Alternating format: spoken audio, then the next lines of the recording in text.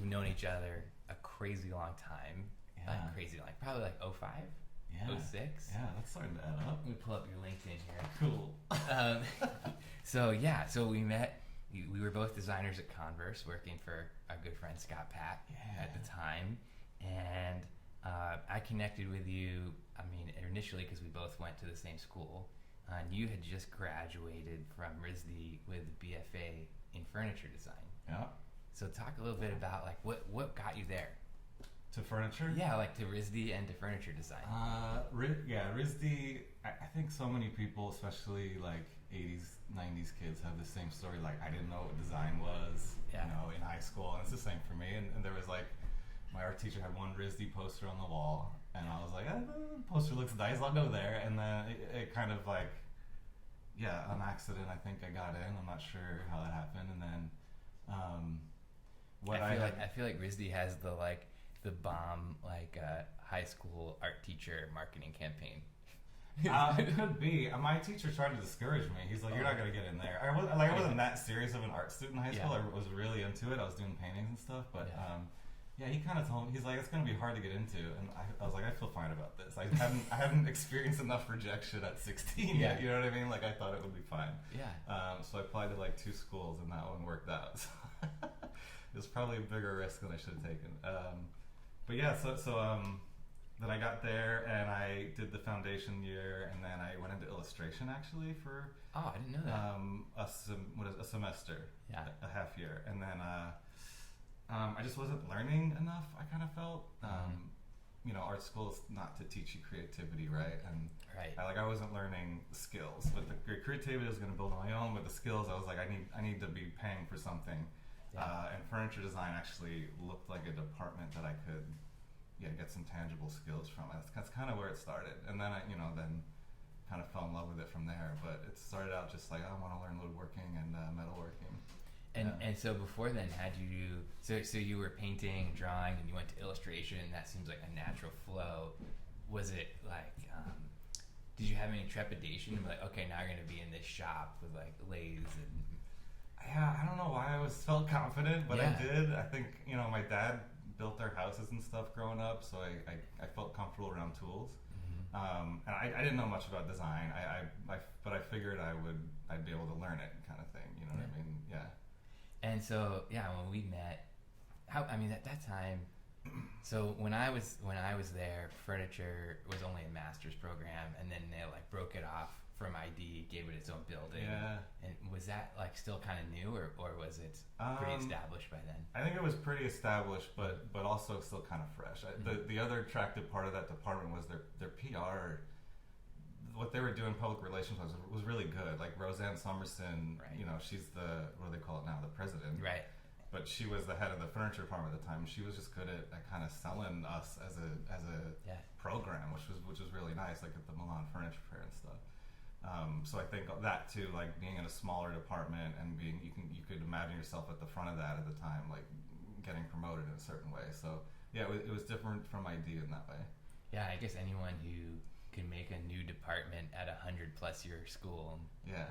I mean, I met her for the first time a couple years ago when I was back, and she's pretty awesome. She's amazing. Yeah. How was it so coming out of that, right, to where you're building things with your hands, and then coming out of school and going to Converse, where that's not what we were doing. What was that like? Furniture to sneakers? Yeah, what was that was that I thought every day I would be using my hands, and now I'm drawing things up in Illustrator, working with developers in China. How was that emotionally? How did you grok that as a 22-year-old or 23-year-old? Dude, I think I'm only processing it now, with my therapist. Literally, I think there was a time that felt like progression. You know what I mean? Okay, I'm gonna, and we've done that to working class, blue collar stuff in this country, blue collar, white collar, separating laborers from knowledge workers. Right. That kind of the history of that goes back years and years. So I think in my mind that's ingrained, where it's I enjoy handwork, but I'm good at it now, so I can put it away and move to computer work. And that felt like progress. Like that's an illusion of progress. Like, you know what I mean? Right. But at the time it was like, okay, yeah, I'm stepping into a designer role like you're supposed to. I'm becoming a designer now because I'm actually doing less with my hands. I don't think that's right. Yeah. But I think that was kind of my mindset at the time. One of my classmates and good friends, Aaron Pizzuti, went to the automotive industry out of school, and he was telling me how the designers weren't allowed to touch the clay models because the designers were considered management, and clay modelers were not. So only the clay modelers could touch the clay at the time. And just like, what? But I'm the designer of the thing, and I can't. So it's a weird like removal, and I feel like furniture design doesn't have that. And I know at the time, so when we were working together, you were still making a lot of things, obviously. So trying. Well, like you were doing some of this work. Yeah. And your like New England collection, I think it was called. Yeah. Yeah. Some like these kind of like 3-legged chairs and lamps and whatnot. Yeah. What was kind of, and that was while you were at Converse, right? When this was going on? This was towards the end. I started doing this work, just trying to remain, creative outside of the computer work and stuff. Even this stuff, to be super clear, I didn't build this. Oh, I didn't know that. So part of the idea was like I had very limited space and just access to tools and things like that. So I wanted to work with craftsmen in New England. Yeah. And I think in a way I was still inching towards like wanting to be a craftsman, but sort of afraid to do it. And maybe because of that white and blue separation, however you want to call it, or something I had kind of implanted in my mind. And so I briefed a chair maker, a rug studio, and then this lamp is a basket. So I briefed the basket maker.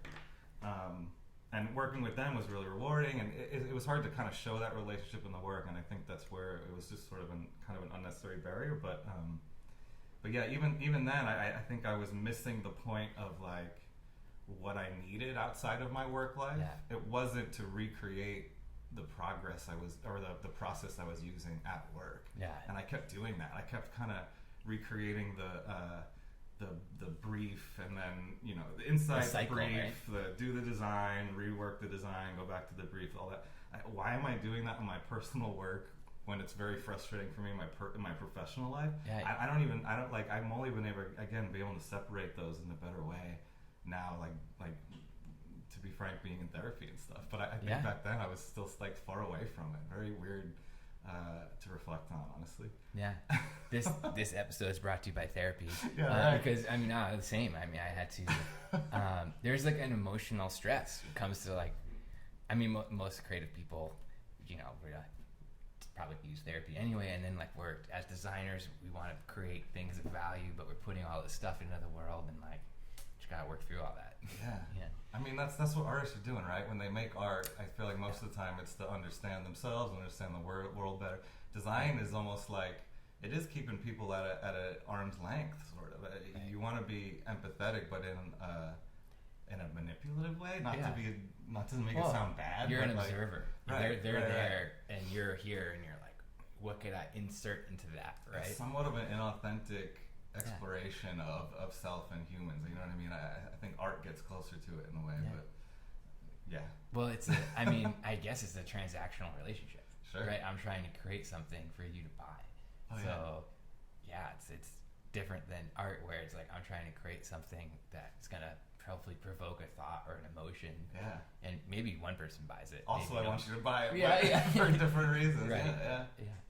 What I liked about this collection, though, was that one of the things I liked about it was like it did really. We were living in Boston at the time. It is kind of decidedly kind of informed by New England, right? But it still feels very contemporary and modern, like through some of these like color blockings and just the shape choices.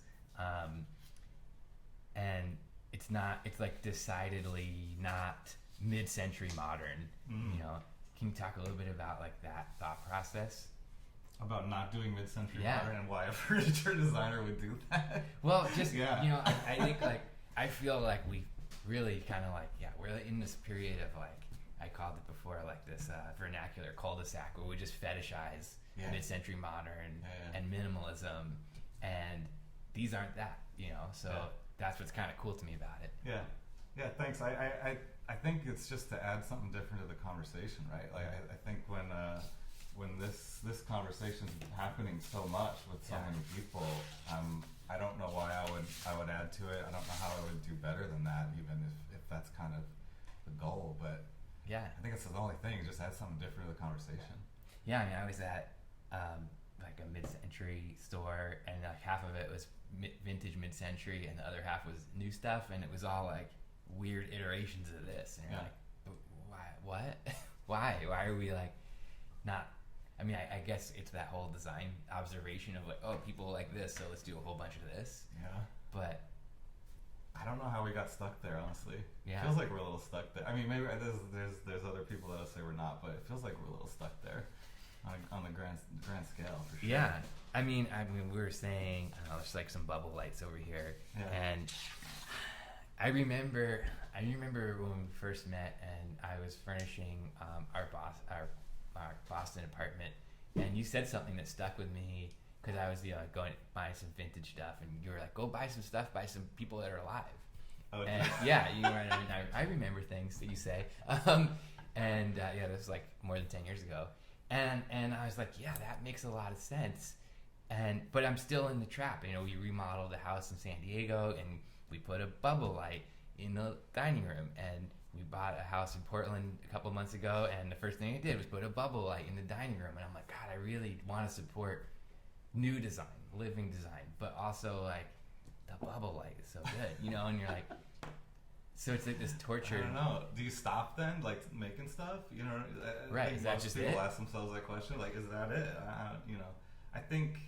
I think knowing you, it's probably an authentic need to have that thing in your house. Yeah. I think a lot of people though aren't doing it for themselves. You know what I mean? They don't know why they're doing it. That's why I talk about therapy a lot. But like where the motivation comes from to want that thing. Yeah. Is it really that thing, or is it like what that thing projects to other people? Is that what you're interested in? I guess it's like bands, right? Like you I don't know, like you like the Pixies before they're cool, and then the dude down the street is listening to the Pixies, and you're like, but I still like the Pixies, but I don't want to now. Yeah, and like I still like the bubble light because I like George Nelson and the story and the manufacturing technique, and it's beautiful, but it's also just like Dwell magazine page 32, right? Totally. And it's an identity signifier, right? Like that's why people want to buy the right set of stuff, the right set of clothes, right set of furniture, like because they want to express like, oh, I'm a part of whatever. This is my identity. This is important for me for people to know that about me. But I think people stop trying to put a different one together, like their own together, and they're more like trying to get it right rather than to get it authentically them. I think it's across industries. Like, I mean, we were talking the other day when we had coffee about how, and I was saying this to someone else, like, because someone was like, "Hey, how come we don't wear like fancy sneakers?" And I'm like, well, if you look at footwear designers, there's kind of two kinds. There's like the kind that wear like the latest hypebeast Supreme, engineered scarcity thing, and there's the rest of us who just wear like t-shirts and Chuck Taylors because we know, and I don't know, maybe furniture has the same thing where you're just like, I'm just gonna get the LCW chair because I want that, and it's a t-shirt. It's like choice fatigue, right? Or maybe that's it. Yeah. And like you were saying, like furniture could be like fast fashion, where you're like a year later, like, why did I buy that? Oh, I think we're there. Yeah, furniture is fashion. Like, I think we're definitely there. Yeah. There's people trying to make heirloom pieces, and that's the reason they say they're making something. You know what I mean? Right. Like, we don't need another wardrobe made out of stone, but like people are making that. Right. And I think it's cool and interesting, and they're doing it to say like, this is going to be here forever, so this should be here. But Mark Newson bookcase out of Carrara marble kind of a thing. Yeah, that's a lot. Yeah. I guess that's cool that we can do that. But, right. I don't know that the trick of it is still interesting, Right. But that said, I still like art that's like, how'd they get that boulder in here? We're on the 7th story. Like, I think that's still interesting too. Mm-hmm. But I think hiding behind like the functionality of a wardrobe is what kind of again just makes it inauthentic. Like make a sculpture, Mark. Like, do that instead. Right. I think let it be that, because otherwise you're kind of justifying its existence by this like perceived functionality that's maybe not even fully there. Like really nice shelves are set up with like 4 things on them. They're not actually like holding the stuff you need. Right. So you just make a sculpture, I think, is kind of where I'm at right now in terms of design. So let's talk about that a little bit. So you kind of are, let's say, taking a break from design in a way, and have been like in the studio making sculpture. And what's that been like? It's been, like I said, somewhere in the transition in college, we kind of talked on it. But I put the artist version of myself to sleep, and he went to sleep for like 10, 12 years. And I had been like in the back of my head, I think, calling myself an artist on hiatus, and like, then how long can a hiatus be? Like, it can't actually be 12 years. It's like, you know, like, that's a break. So I kind of had a little bit of a like creative breakdown and just started forcing myself.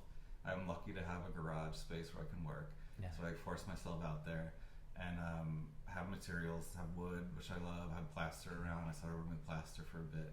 And playing with that stuff. I don't think that's there's no insight there. Like to just start making work. Like lots of people say that same thing, but that's what I did.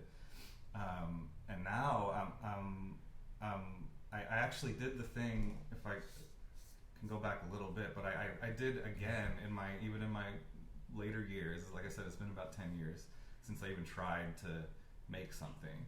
I lost my train of thought. But I recreated basically the process at work. I started making molds. I was carving molds out of wood and pouring plaster into the mold, and then getting this plaster positive. That's a little bit of a surprise because I never made the positive. I only made the mold. So I kind of liked the birthing process a little bit. But then it took me a year of doing work like that, and I'm like carving molds out of big hunks of wood and pouring into them. To realize I did it again. Like I recreated this work process that was really frustrating to me. You know, working in sneakers, you design the thing, you wait for the mold, you get the first version of that, you make corrections, and it's like this frustrating kind of drawn out process. And I brought it to my art, and I realized it was really like weighing on me the same way that work was. So I had to switch my process there again, and I just started carving.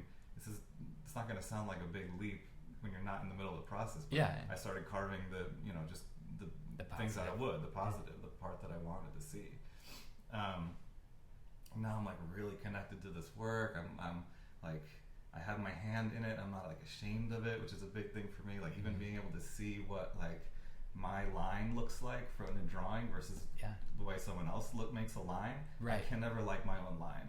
I'll love every single line you make, man, and I will like. I can't like my own thing. Sure. But I started to just work through that. What was really motivating that feeling, and now I'm carving these pieces and feeling really connected to them, and it's it feels really good again. It's really different than sneakers and design and all that.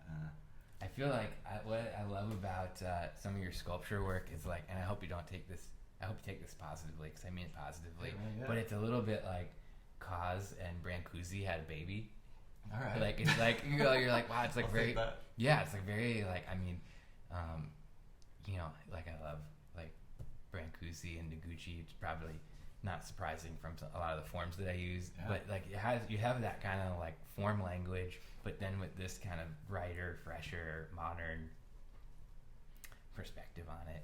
And like I really love like some of like you had like these like cylinder type forms with these kind of like things like going in, and then like these kind of like there's like the Brancusi-esque like totems and like I don't know, it just has a very like I don't know, it's kind of funny because as designers, like our job is to make things that people just want, but ironically, like when I look at your sculptures, I'm like, I just want that. you know, like, and it doesn't have the pretense, to your point about the marble bookshelf. It doesn't have the pretense of function. It's just like, no, you just want it, and that's okay. It's okay to just be like, I want a beautiful thing to inspire me every day, and it doesn't have to be functional. and it doesn't also have to be like a designer toy, like a figure like Cause does or something. It could just be kind of nothing, and I'm sure it has meaning for you, and I can look at it and like overlay my own meaning, what it makes me think of. And, I mean, I remember this was a long time ago when people bought CDs, but I remember reading this interview with an artist, and he was saying how he never put the liner notes in any of his recordings since he didn't want to tell people what the words were. You know, he wanted them, if they mistook the words for something else, he wanted them to have that. Right. I like that. Me too, right? And I'm like, yeah. oh, it's kind of like, and he's like, the song will always mean what it means to me, but like, if it means something different to you, great. It's fine, right? Yeah. I like that. Yeah. So I feel like art kind of does that naturally. Is music more like designed or more art? Well, I think it's a spectrum. Yeah, I guess that's right. You know, like I think if like a pop, I don't know enough about that industry, but if it's like a pop song, I think that's some pretty engineered. That's design. Yeah, right. You know, with like the right producers and songwriters, and then you have people who are just like not interested in that at all, like you know, or maybe even who flirt with that. Like I think of like you know, from the 90s, KLF, the Copyright Liberation Front, where like it sounds just kind of like a dancey song, but it's like super underneath the skin. It's like this whole subversive thing, you know. Yeah. They didn't care. Yeah. I don't know. What do you think about music? Yeah. No, I think you nailed it. Yeah. I think it's a spectrum. It's probably all in there the same way. But then, like, why art and design don't really have a name that connects them, or creativity, I guess, or that's not even good. You know what I mean? Like, art and design still have to be this separate thing for some reason, and then other people want to talk about craft as another thing. Right, and then craft in design. And then craft, right? Because sure. There's kind of like a weird thing where like, so you were talking about like there's the like, I don't know how to represent this, but there's the like, you know, like making with your hands. Right, and then you're like, you felt like it was progress because you moved from making with your hands to just like, you know, drawing the blueprints and like getting it through the process, and then now I feel like there's this whole extra level of like now even like okay, like this was somewhat frowning upon the maker, like I've elevated, and now they're so like, well now I just like move some Post-it notes around. And like say like, hey, let's design shoes, or let's design a chair. Like, oh, no crap. And then now this person looks down on the person who actually designs it, but this person thinks they're the designer. Yeah. What's up with that? How'd we get there? I don't know. Like I just like I'm like it would be like if you're like an actor, but you're like, but I don't actually act in the movie. Right. I just like think about acting in the movie, and somebody else actually acts in the movie. Yeah. Like, oh, I think are you the writer then? I mean, that's a different job. Right. You know, it's not a bad job. I feel like not everything cool needs to be called design. Like it can be cool to just be like, oh yeah, you're a product manager. It's just because we just want to separate labor. Like it's always the separation of the labor, right? That's kind of what it comes down to. You want to like keep narrowing people's how they affect this process. So yeah, now the designer can't be a strategist because we have a design strategist. Right. Yeah, man, I don't know why we keep splitting that off. The strategist is going to turn into two people. Then. Oh yeah, researcher, strategist. Yeah, in charge of them. And I mean, like, I don't know. I always, when I was at Frog, this was a big conversation, and I talked to one of the strategy creative directors, and at the time, like Mad Men was on, and I don't know if you remember, but there was like the creative directors, right, who are writers, and then there was the art director guy who was like an illustrator. And he was like a floor below them, and eventually he got like jobbed out because like photography became a thing. Right. And he was like, I'm just terrified of being the guy in the art department that gets, you know, let go someday. And that's why he focused on this like abstraction of design. And I was just like, I just don't think that that's true. I think this person could do both those things, and maybe this thing too. I mean, I have so many friends. Like Creighton Berman, who owns Manual, like all these friends who are like starting their own brands. You know, Neil Carpenter owns Carpenter Watches, Bradley Price, who owns Autodromo. They're just like, they're doing strategy, design, and like, so I may not be making it themselves, but I don't know. what do you think about that too? Then there's just like designer brand movement. Designer, like people branding themselves, like their agents. Well, like you were kind of doing it with this rug, right? And you did it with remember with the crayon rings? Sure. And you're like, and so it's just like you're like, is this a brand? Well, it's a guy, but it's also like a brand. Yeah. And some of these guys would like quit their jobs and like that's what they do now. Brand, yeah, right. Brand strategy. Well, they just they're doing like, I guess everything, right? Sure. Oh, okay, I see what you mean. I strayed away, but yeah. I don't know. Maybe it's all design. We should just let go of trying to define it. No. I don't know, man. Like yeah, I think we were talking about earlier, just the compartmentalization. I think when I was in college, especially, like it was like really important to learn 3D software and stuff. Like that seemed important for some reason. Yeah. Right, and like, okay, you're going to the workforce. Like this is a skill everyone's going to be looking for. You're going to have to be able to build furniture out of wood, okay, and also like know how to model stuff in 3D, and that's how you'll get an industrial design job somewhere. And then when I started working places, it was already split off. It was already like, oh, the designer will tell the 3D modeler what they want the thing to look like, and so already like that was kind of an irrelevant skill. And then I was thinking like this business stuff. People really trying to take design decisions away from me are business people, and I wasn't taught that language in college, and that would have been more useful to me than like learning 3D software. I think that's I think that's where people. I think those are the people, not to like make them sound like evil, but I think it's the business that wants to split the designer like again and again and again. Got it. Because why does this happen in the midst of like, you know, whatever it was 10 years ago when they're like creatives are going to be the CEOs of these companies? You know what I mean? Like we're going to have creatives at the top of all these big corporations, and now they're there in a lot of ways, and like, but like maybe became figurehead thing pretty quick. Like, how many of these big corporations are really like design led? Like not very many. I think they split the designers again and again so that we don't really know what our role is within some of this stuff. I know that was true for me when I was at the C-level of a corporation as chief design officer. You know, like every year on my review, they're like, we want you to take more classes in finance, and I was like, I'm pretty sure like every other person on this executive team is all backgrounds in finance. Right, I'm the only one with the background in like the product, the thing we actually sell. That's what people love us for, and that's what we make money from. But nobody else is interested in this table in that.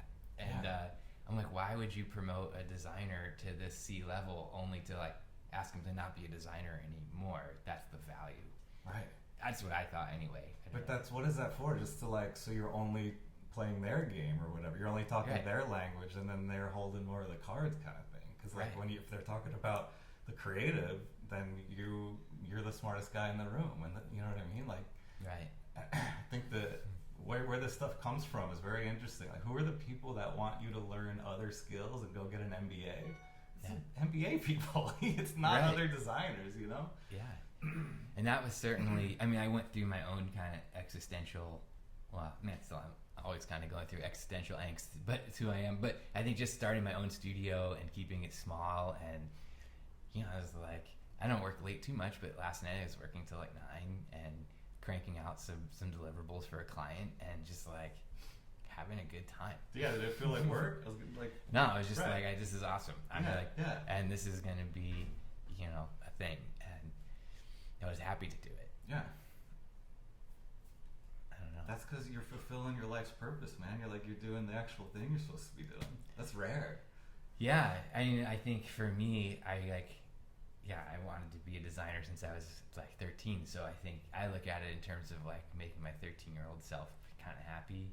And for you, when you switch from illustration to furniture, I don't know. Like, would your 20-year-old self be happy with like the sculpture you're making, like the fact that you're like making again? Yeah. I think big time, right? Like, I guess, I've like been also kind of generically successful, you know what I mean? In that way, like I've done things that my parents wanted me to do, which is like make a living, support yourself, save money after that kind of thing. Like I've done all that, so it's kind of easy for me now to be like, I'm fine with none of that, because I get it being 20. It's like, oh no, I like, this is how I measure achievement, is like compensation, you know. So I don't know. I think it had to take this long to get to this point. I don't know. I think I would have wish it happened quicker, that I felt more like an artist than a designer, but it probably had to take this long. Maybe that's fine, you know what I mean? Like maybe it's okay to go slow with that stuff. I was listening to a podcast yesterday, and the person was saying it's interesting how the people who are telling you that money and success don't matter typically are people with money and success. Yeah, totally. Because you have to get it to be like, I didn't actually. Guess what? Still myself. Yeah, right. And I'm maybe further away from the thing I liked doing. And certainly that's like, I can relate to that. It's just kind of like, all right.